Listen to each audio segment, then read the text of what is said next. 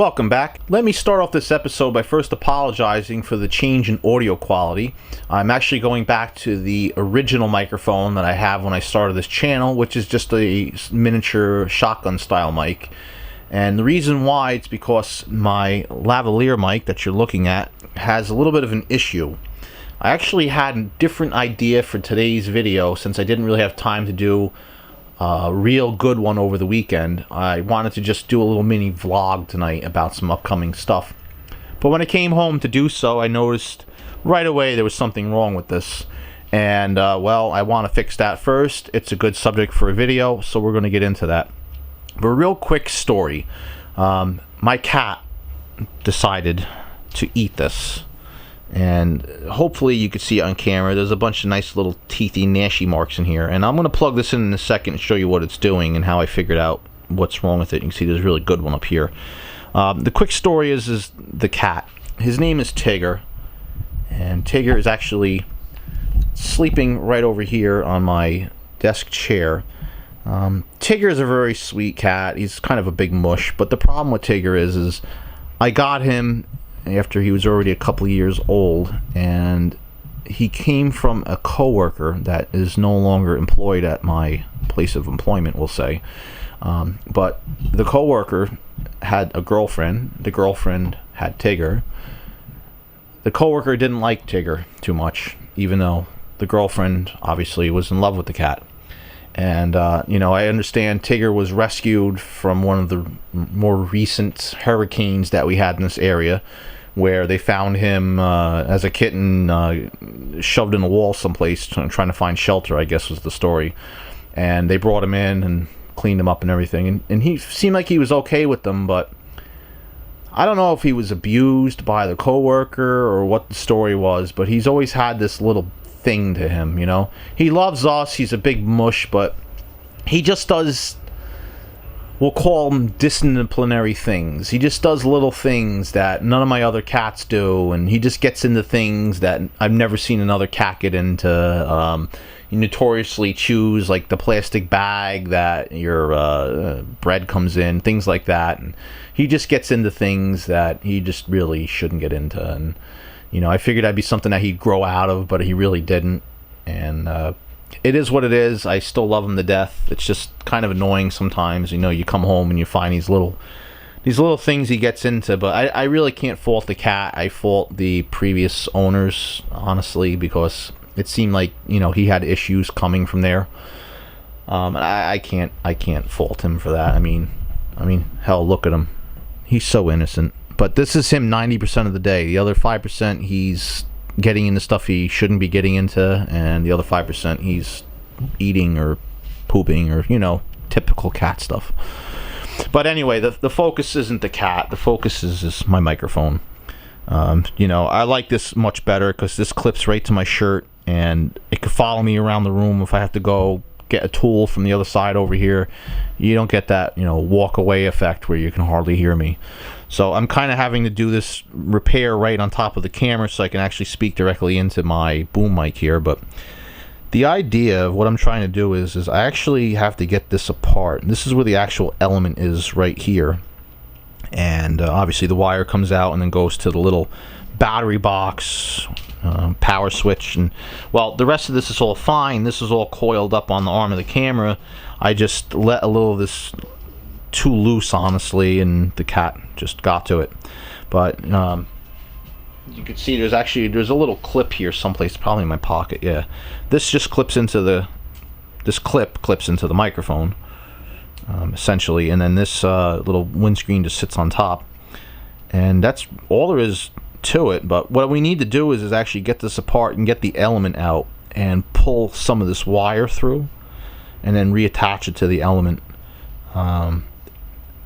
You know, being that it's a powered mic and everything, I don't want to risk shorting anything out. And actually, let me pause this really quick, and I'll switch the microphones out so you can hear what I'm talking about. Now, if I hold this up here and just crinkle this wire around, you may or may not hear some crackling noises. I just did a test before I started doing any recording tonight to see if this thing actually had issues or not, and I was picking up some crackling. So let me switch back to the other mic so I don't destroy anyone's eardrums. And hopefully you could have picked that up. We're back to the other mic I used in the beginning of the video. Since I have this in view, there's one little caveat that I have to it. Yeah, it says for cameras you switch up here, and off for smartphone you switch down here. I can't tell you how many times I've left this off and not recorded audio, and then when I go back to play, watch the playback, it's just silence. So if you ever hear me say I had to overdub stuff because I had a microphone problem, that's probably because I forgot to turn the damn thing on. But the boom mic I'm using has a nice LED on it, so I can see it's lit and I know it's working. This sadly doesn't have any kind of indicator other than the switch. So I make a habit of always making sure it's just on, but sometimes that doesn't always get on. Or between takes, maybe I'll shut it off to conserve battery life, even though it's had the same coin cell. I don't know what size this is off the top of my head, but it's a 1.5 volt battery. It's had the same one since I've purchased this thing. They say it's supposed to last 700 hours, but probably getting close to that now. I'll probably change it just to have a fresh battery in there anyway. But now I've quickly poked around on this thing, and I can't really get it apart just barehanded. It does seem that this plasticky stem part where the clip inserts into actually comes apart. Of course the camera may or may not pick it up. Let's see, perhaps I can just quickly turn this on. Yeah, and you can kind of see there's a little line around here, so that seems like this top part would just pop right off, but definitely not by hand. I might have to get something in here and just twist this off. Worst case scenario, well, the super worst case scenario is I just buy a new mic. I mean, it was, I think, like less than 20 bucks. I did a review video of it. I mentioned the price of it in there a while back, but worst case scenario, I'll just pick up a new one. But I think I really just need to pop this off. And I'm going to grab a couple pairs of pliers and see if I could do that. But the next to worst case scenario, I guess you could say, is it breaks. The plastic will just break apart. I'm prepared to glue it together, though I have all the proper things to do that. So let me go grab some tools and see if maybe we can bust this thing apart. Oh well, yeah, it's glued together. So the inner piece here, you can see clearly now, is completely wedged in, and just a slight twist just made it snap apart. Still want to see if I could try to get the element out, but if we look in here, you can see there are two wires going up there. One is red, the other one looks like it's blue. Those are your typical like enameled wires. They're very thin, no insulation between them, just whatever enamels on them, because like I said, they are so thin. So I guess we'll try to dig in there a little deeper. There is some kind of like a plastic sheathing almost inside of there. Looks like maybe heat shrink or something that's on the ends of those wires. Hopefully there's no other pieces of circuitry in there, so I'll have to dig in a little deeper and see what we can find. Or what I did here was I just cut the thing right off the end of the wire. Just cut it up to the past where it was all chewed up, and I slid out the two center conductors here, which you can see are the black and the red wires. But if you look in here, you can see there's some additional wire on that. Seems like there's an insulator, or I should say, yeah, there's an outer jacket on here, which I guess they'd use like a grounding wire, not an insulator, but yeah, a grounding wire. And there are 3 pins on the end of this plug, so that would make sense. But the rest of it now is going to be trying to get this part out of here for the strain relief, because we're going to reuse that. And then this. Now the inner wires seem like they're okay, but the thing is I didn't want a slight puncture in this shorting out against either each other or shorting out against the actual outer jacket, as we can see right over here. So I think I did the right thing by that, but getting this element out is going to be the next hurdle. Well, that proved to be a little bit more destructive than I wanted it to be. Yeah, this thing was really clipped in there hard. You see, I actually had to cut half the side of the case away so I could just get in there and pull out some of the pieces holding it in. And they basically just stuck everything together and either plastic welded it or something, glued it, something to get the two pieces together. And and then there was a big piece of foam in between the actual back magnet, or the element basically, and the end of the wire. Not only that, but the little strain relief was kind of more or less molded onto the wire. So yeah, I think I might end up just getting another one anyway, but you know, it's going to be really ugly. It will go back together with some glue, obviously, and I did save all the pieces, so you know, it should relatively go back together. I'm more concerned about the physical microphone itself. If you take a look, it's one of those little tiny Electroket microphones. These things are little tiny guys. You can see that foam at the end of it over here. And I initially thought these were enameled wires. They're not. There's an actual plastic coating on it. You may or may not be able to pick it up on camera. There's like a little clearish kind of coating on this. You can probably see it more on the ends over here. Yeah, you can see a little white tip over there. So I'm going to try to desolder these from the board.